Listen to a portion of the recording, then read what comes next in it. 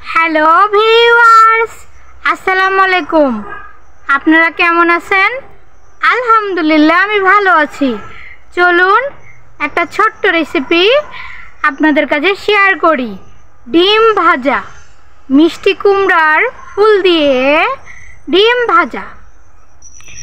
ডিম ভাজি, মিষ্টি কুমড়ার ফুল দিয়ে ডিম ভাজি।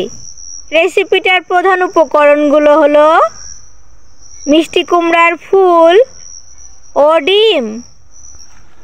প্রথমে কাচের বোলের মধ্যে মিষ্টি কুমড়ার ফুলের কুচিগুলোকে দেওয়া হলো।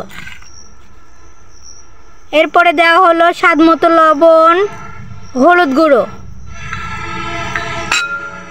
কাঁচা মরিচ কুচি ও পেঁয়াজ কুচি।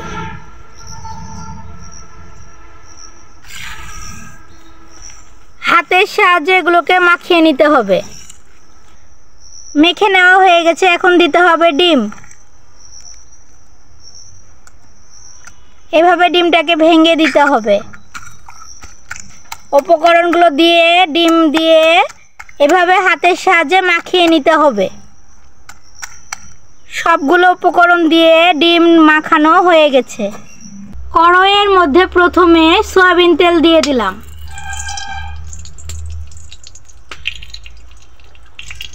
এখন তেলটা গরম হইলে ডিমটা ভেজে নেব। উপকরণগুলো কড়াইয়ের মধ্যে দিয়ে দেওয়া হলো।